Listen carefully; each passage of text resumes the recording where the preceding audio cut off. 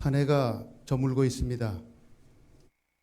올해 어려운 일이 많았습니다. 특히 물가가 치솟자 금리 인상으로 경제가 꽁꽁 묶였습니다. 안타깝게도 2024년 전망이 그리 밝지 않습니다. 고금리, 고물가, 저성장이 계속일 것 같습니다. 코로나로 묶였다가 다시 러시아, 우크라이나 전쟁이 터졌습니다. 이스라엘과 하마스의 전쟁까지 겹쳤습니다. 그 여파로 예멘 반군이 홍해를 지난 상선들을 공격하는 바람에 국제 유가가 올라가고 물류비가 늘고 있습니다. 지구, 기후 문제로 재해도 반복될 것입니다. 한국교회도 성장을 멈춘 지 오래입니다. 오히려 빙하기에 접어들었습니다. 가장 큰 이유는 시대의 변화입니다. 소득이 늘고 주 5일 근무로 여가 생활을 즐기게 되었습니다. 국민 소득이 2만 불을 넘으면 신앙 양태가 변합니다. 절대 신앙에서 상대적 신앙으로 변합니다. 신앙이 생활 전부를 차지했다가 피자 한 조각에 불과하게 됩니다. 지금 한국교회가 그리 되었습니다. 한국교회가 유럽교회의 전철을 그대로 밟고 있습니다. 한국교회가 시급히 해결해야 할 문제는 도덕성 회복입니다. 교회가 오히려 사회로부터 지탄받고 있습니다. 교회가 사회를 걱정해야 하는데 오히려 사회가 교회를 염려하고 있습니다. 2020년 2월에 몰아닥친 코로나19로 교회가 전염의 온상지로 몰렸었습니다.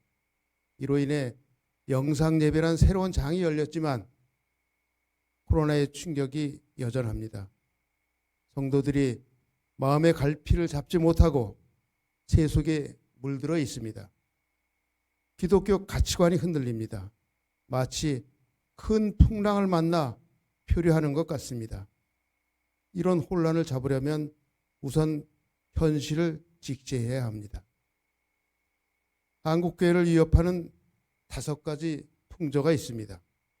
첫째는 포스트 모더니즘입니다. 모더니즘은 기존의 도덕과 권위와 전통을 부정하고 새롭고 혁신적인 문화를 창조하려는 태도입니다. 그런데 포스트 모더니즘은 여기서 한 걸음 더 나갔습니다. 기존 질서와 법칙을 깨트립니다. 이 사회에 절대 가치와 진리는 없습니다. 모두 상대적 관점에서 바라봅니다.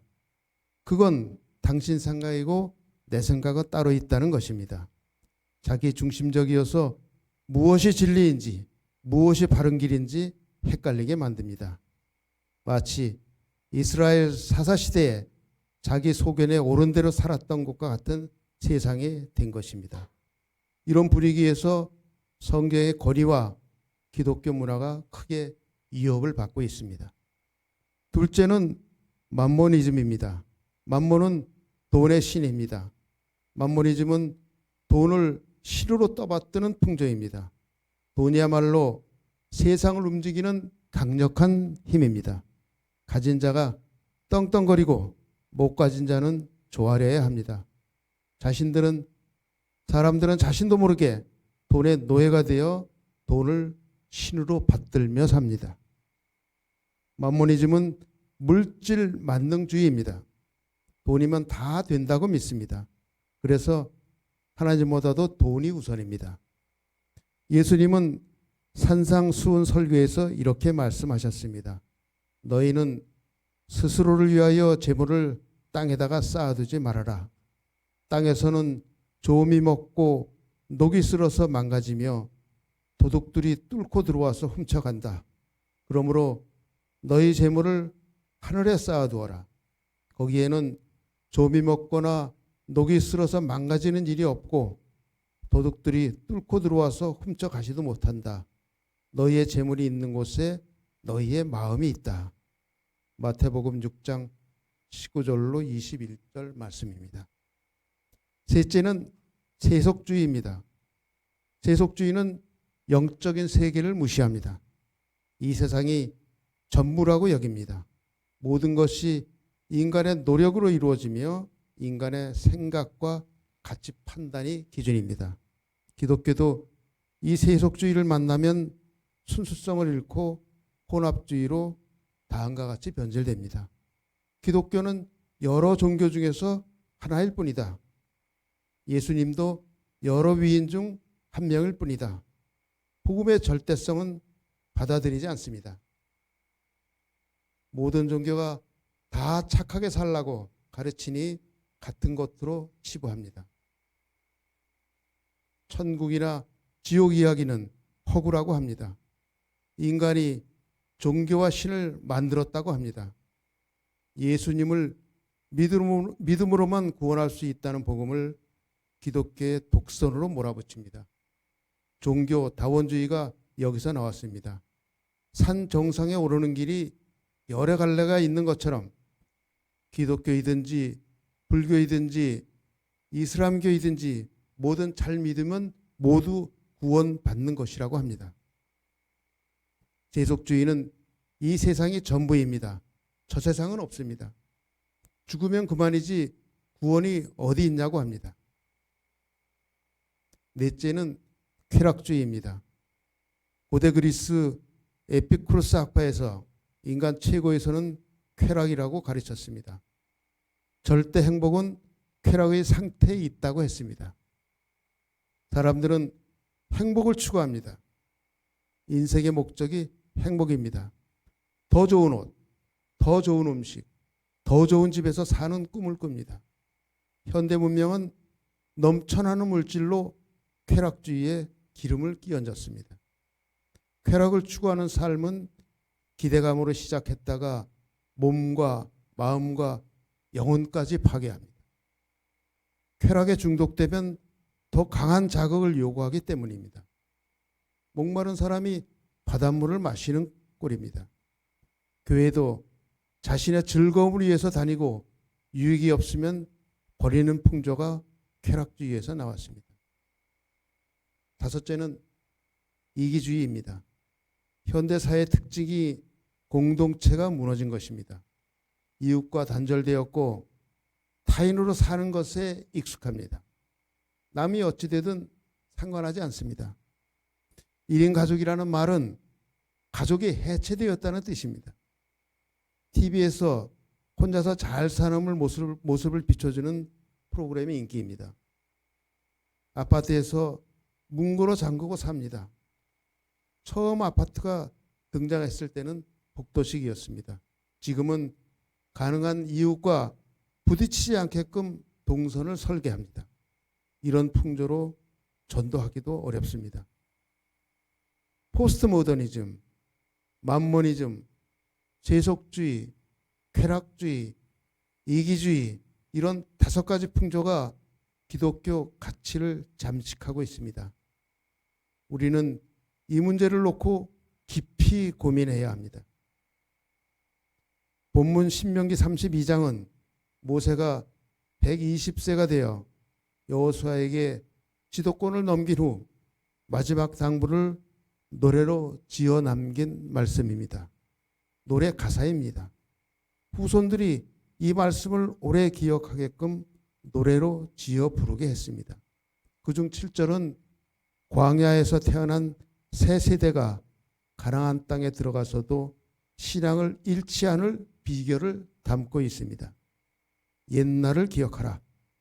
역대 연대를 생각하라. 내 아버지에게 물으라. 내 어른들에게 물으라. 역사는 현재의 최고 교훈입니다. 옛날에 일어났던 일들이 반복해서 일어납니다. 그러면 지난 역사를 교훈으로 삼아 잘못을 반복하지 말아야 합니다. 지난 이스라엘 역사를 아버지에게, 집안의 어른에게 물어보라는 것입니다. 그러면 그들이 지난 역사를 설명을 해줄 것입니다. 자세히 풀어줄 것입니다. 이스라엘은 어느 민족보다 독특한 교육 방식을 갖고 있습니다. 부모로부터 신앙 교육을 받으며 자랐습니다. 특히 6월절이면 식탁에서 출애굽 역사를 재현하고 듣습니다. 초막절에는 광야 생활을 체험합니다. 안식일이면 가족 공동 식사를 하며 예배합니다. 이렇게 부모의 신앙이 자녀 세대로 계승되어 왔습니다. 특히 신명기 6장 4절로 9절 말씀을 쉐마로 부릅니다. 하나님께서 자녀에게 신앙을 철저하게 교육하게 하셨습니다. 이스라엘아 들으라. 우리 하나님 여호와는 오직 유일한 여호와이시니 너는 마음을 다하고 뜻을 다하고 힘을 다하여 내 하나님 여호와를 사랑하라. 오늘 내가 네게 명하신 이 말씀을 너는 마음에 새기고 내 자녀에게 부지런히 가르치며 집에 앉아 있을 때나 길을 갈 때든지 누워 있을 때든지 일어날 때든지 말씀을 강론할 것이며 너는 또 그것을 내 손목에 매어 기호를 삼으며 내 미간에 붙여 표로 삼고 또 내 집 문설주와 바깥문에 기록할지니라. 교회는 다음 세대를 위해서 소요리 문답을 만들어서 가르쳤습니다. 주일학교를 세워서 신앙교육에 힘썼습니다. 한국교회는 교회를 중심으로 복음의 씨가 뿌려졌습니다. 그 결과로 교회가 크게 부흥했습니다. 하지만 기독교가 사회문화에 스며들지 못한 채 쇠퇴기를 맞고 말았습니다. 지금 한국교회는 심각한 위기에 처했습니다. 인구가 줄어들었고 믿는 가정의 자녀들마저 신앙에서 이탈하고 있습니다. 청년 크리스찬이 3%밖에 되지 않습니다. 아이들이 입시에 매달려 학원에 가야 해서 교회에 빠지고 있습니다. 부모들도 입시가 우선이라 교회는 대학생이 되어 가라고 하지만 대학생이 되면 이미 불신자가 되어 있습니다. 일주일이 168시간입니다. 주일에 교회에서 예배하고 머무는 1시간이 그나마 신앙생활의 전부입니다. 이 1시간으로 나머지 167시간을 극복하기 어렵습니다. 그러므로 다음 세대의 건강한 신앙을 위해서 가정과 부모의 역할이 중요합니다. 사실 신앙교육의 주체는 교회가 아니라 가정이어야 합니다. 부모는 자녀의 신앙에 책임이 있습니다. 자녀에게 신앙의 선한 영향력을 끼쳐야만 합니다. 믿음의 본을 보여야 합니다. 건강한 다음 세대를 위해서 우리가 할 수 있는 일을 찾아야 합니다. 그 첫 번째가 일주일에 한 번 가정 예배를 드리는 것입니다. 일주일에 한 번이라도 가정에서 가족들을 모아 함께 예배하기가 쉽지는 않습니다. 해오던 것이 아니어서 어색합니다. 가정 예배를 드린다고 자녀 신앙 문제가 금방 해결되는 것도 아닙니다. 그래서 가정 예배를 시큰둥히 여길 수 있습니다. 하지만 사실 여기에 답이 있습니다. 내일부터 시작하는 신년 새벽 기도회를 통해 가정 예배를 잘 드리는 법을 알려드리겠습니다. 이도 저도 다른 방법이 없습니다. 그러니 우리 한번 해봅시다. 새해는 가정 예배를 통해 건강한 다음 세대의 신앙을 잇도록 합시다. 정말 부모의 간절함과 기도가 필요한 때입니다. 기도드리겠습니다. 주님, 한국교회의 미래가 밝지 않다고들 합니다. 전도가 어렵다고들 합니다. 아이들이 없고 청년들이 많이 보이지 않습니다. 이제는 부모들이 나서고 가정이 믿음의 본이 되어야 하겠습니다. 가정 예배를 통해서라도 이들을 밝은 길로 이끌어야 합니다. 주님, 이끌어 주시옵소서. 저희들의 믿음을 지켜주시고 가정을 바른 길로 인도하여 주시옵소서. 이 모든 말씀 예수님 이름으로 기도드립니다. 아멘.